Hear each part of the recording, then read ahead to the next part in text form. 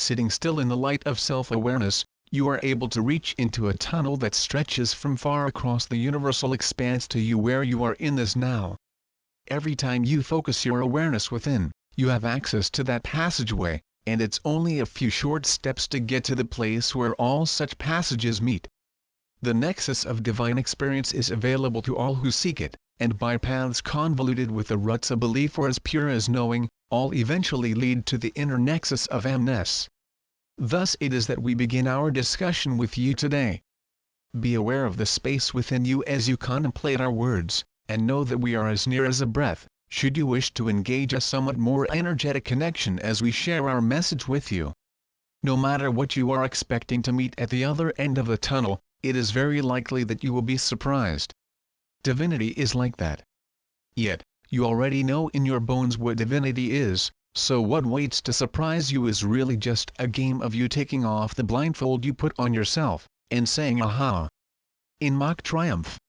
The truth is, you already have the truth of divinity hardwired in your system. The rediscovery of it, however, is something new, and this is what gives every one of you who seeks to reconnect with the divine something to offer to life and love. Your understanding of yourself as a divine human is the reward you give yourself, yet the surprise is built into the moment of remembrance. This, indeed, is what you came to this plane to experience, more than anything else you have undertaken thus far. In that moment where separate individuations of humanity venture into the inner corridors of remembrance, inevitability begins to coalesce. There is no avoiding what has already begun to form, when the intention from a pure heart is launched toward divinity.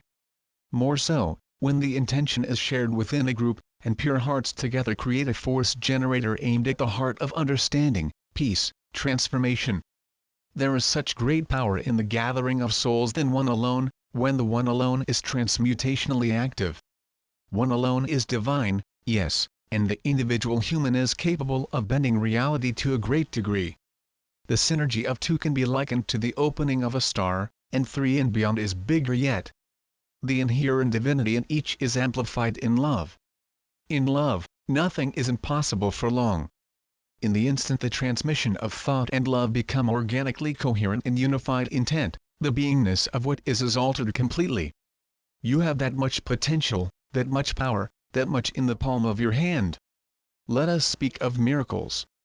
You are in the midst of one, if you give yourself to the moment unfolding in the heart of the planetary body. In the shadow of fear, in the long backward look at regret's legacy, in the face of a soulless machinery of destruction, degradation, and corrupt bureaucracy, the truth is spinning in the silent zero point of transformational physics, and great light is burgeoning forth through the tears in the fabric of reality as it is given to you to believe and hear this and know that you are in a time of transformation now, and know that all that you see is about to be rent asunder. Torn, as it were, from the sky to the earth that reality may reveal itself in the between.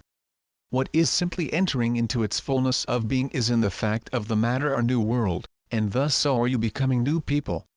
Behold the miracle of birth, the truth of a great injustice set to rights, and interference lifted from the soundtrack of life on earth. Let us speak also of a time of turmoil and chaos, a nexus of temporal inevitability that has been brought into being by long ages of secret machinations and overt manipulation, and choices made devoid of a knowledge of the divine within the human. These things are coming into the light now more than ever, and the end of days is upon those who have set into motion the things that have not yet found their final fulfillment. The ones who chose are facing the fruits of their merit, and those who have been placed within the scene as an act of self-sacrifice, who have chosen their way into the unfolding drama for whatever reason sanctified to their inner knowing, for their own part, each is finding the answers to questions carried through lifetimes to now. Where miracles are what is called the natural power of divine human creativity, and turmoil is what is called the result of a series of infelicitous choices, there meet the future and the past of humankind.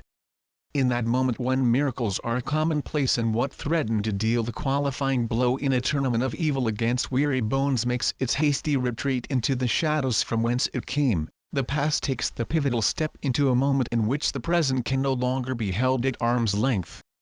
In that moment, the past meets the future, the slave becomes sovereign, the taskmaster becomes the student, and the whole world is turned upside down.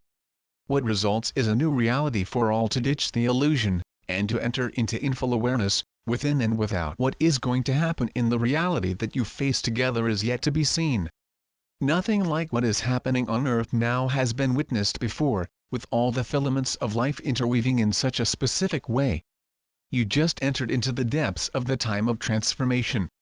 What happens from here on in will reveal much about the truth of who you are.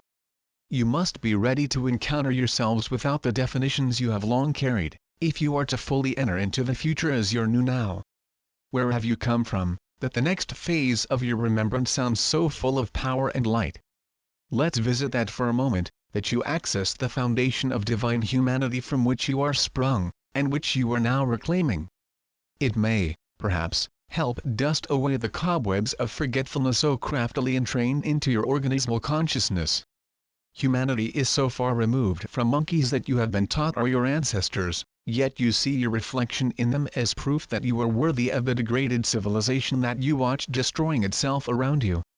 You are not monkeys, yet there is a belief that you are no more than the mutational offshoot of some primate, a social ape, an interesting descendant of evolutionary chance. You have not the simian root that the evolutionary media is trying to say is true, nor are you an accident of nature, nor are you the sole creation of a single Neolithic deity formed to seek highlight the sun. While worship is sometimes of comfort and safety, the feelings are a trap for the greater part of you, the essential part of you, that knows its origin and seeks reunification with the self of all. What you are is far, far greater than what you seek and worship, and the truth is as near to you as what is within you.